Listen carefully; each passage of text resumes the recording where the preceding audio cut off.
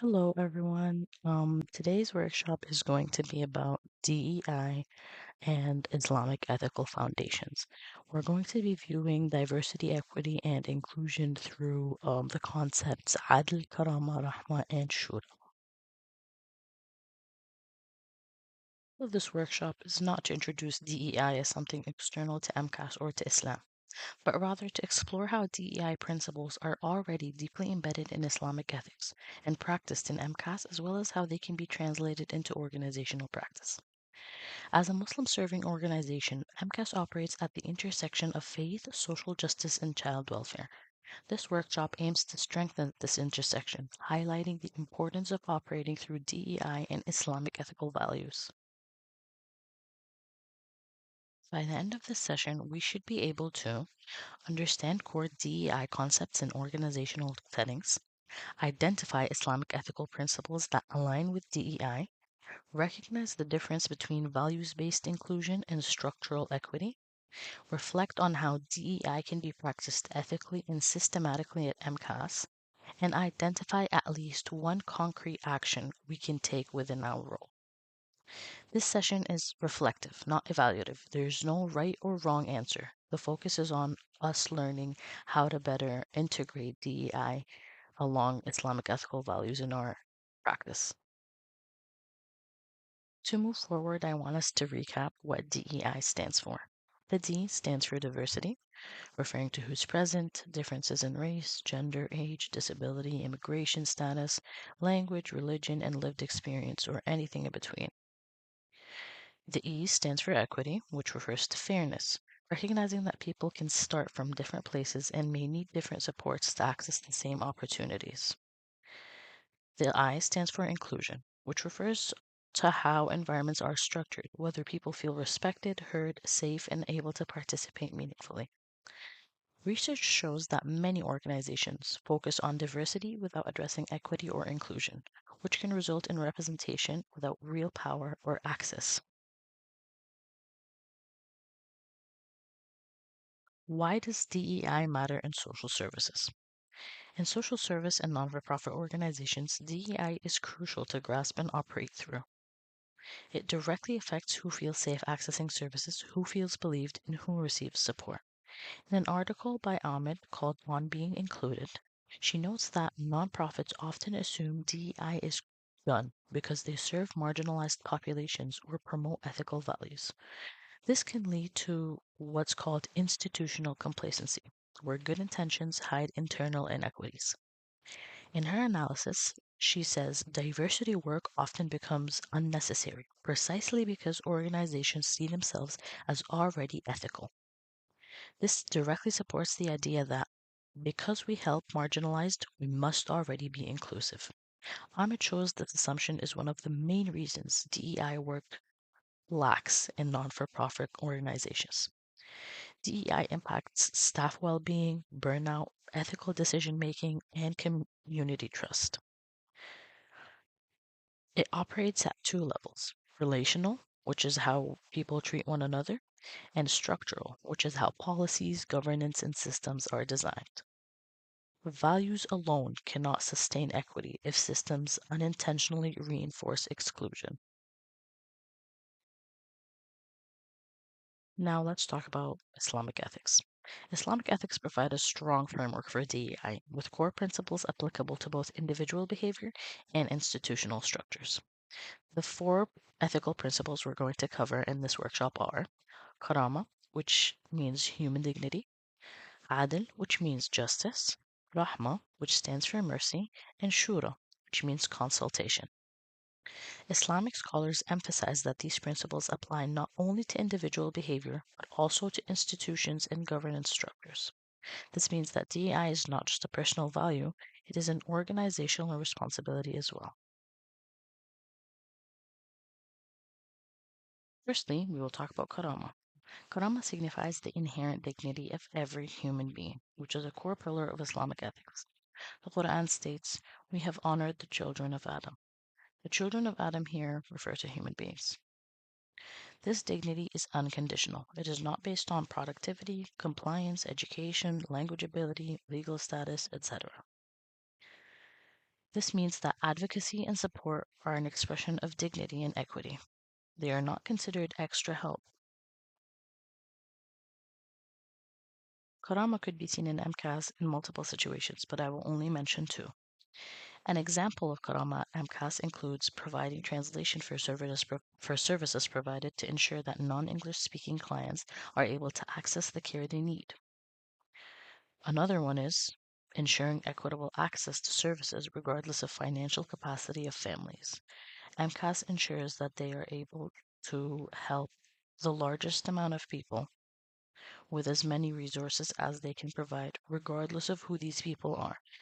Yes, the organization is called Muslim Children's Aid, but MCAS extends aid and assistance to non Muslim people as well if they come looking for assistance or aid, which is an expression of karamah or an example of karamah.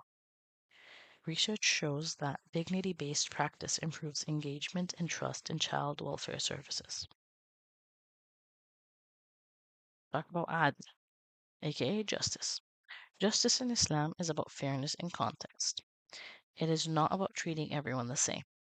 That sounds very similar to equity.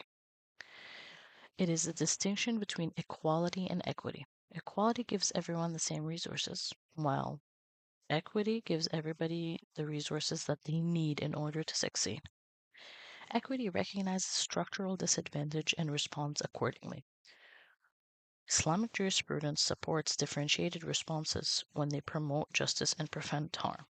Uniform policies can actually unintentionally reinforce exclusion when starting points differ. DEI scholars consistently emphasize that equity based approaches are more effective in addressing systemic barriers. And this is a very famous photo of a representation of what equality is versus equity. As you can see here, everybody gets the same resource when it comes to equality, but they need different ones to be able to access or be able to be leveled and access the same resources, which is what equity provides. Badala and MCAS include giving out hampers during Ramadan for those in need, as well as delivering iftar meals. Additionally, delivering baby and mom care kits for mothers who need them. These are perfect examples of adl or equity because obviously not everybody needs baby and mom care kits, and so MCAS only gives them out for those who need them. Similarly with hampers.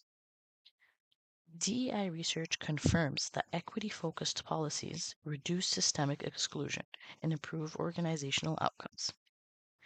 That being said, implementing equitable policies requires deliberation and research to be able to set proper precedents in the future. To rahmah. Rahmah is the act of compassion, responsiveness, and care for vulnerability or vulnerable persons. Trauma-informed DEI practice aligns strongly with rahmah by recognizing how trauma, migration, Islamophobia, and systemic discrimination shape behavior and access. It is essentially acknowledging the impact intersecting identities have on an individual. Examples of rahmah in MCAS include providing welcoming and understanding environments for volunteers, students, and one another, as well as tailoring the programs provided to respond to the emerging needs of the surrounding community.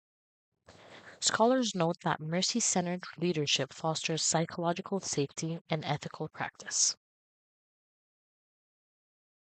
Moving on to Shura. Shura refers to consultative decision making. It emphasizes shared responsibility, accountability, and participation.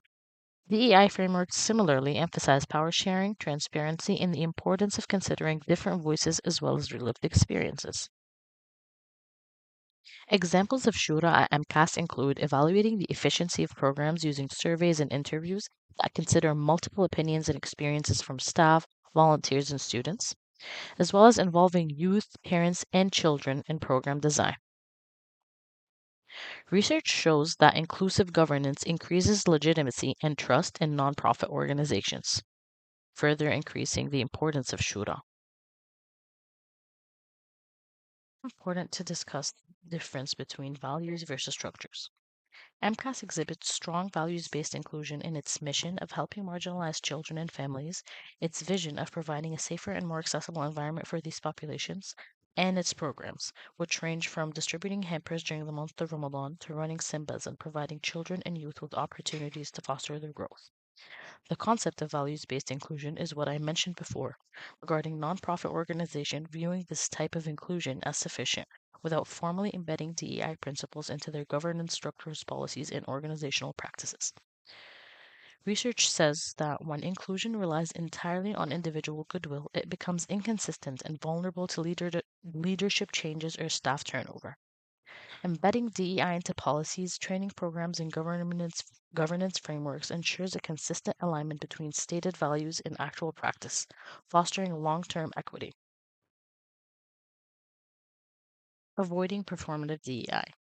It is important to note that in the midst of adopting DEI into policies and practice, we can fall into what's called performative DEI.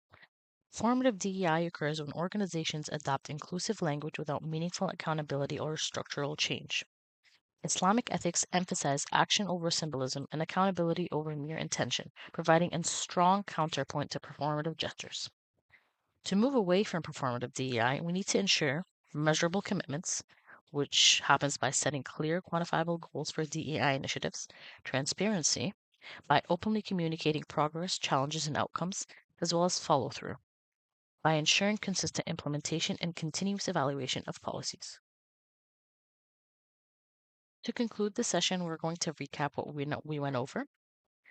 Firstly, DEI and Islamic ethics, where we discussed that DEI principles are deeply rooted in Islamic ethical foundations. We discussed that justice requires equity. True justice requires corresponding to differing needs, not enforcing sameness. And structural inclusion. The importance of inclusion being embedded in policies and systems, not relying solely on individual goodwill or values based inclusion. And strengthened impact. Faith informed DEI enhances trust, legitimacy, and the overall impact of services. Thank you very much for listening, and I would like to leave us with a few minutes to consider the following questions.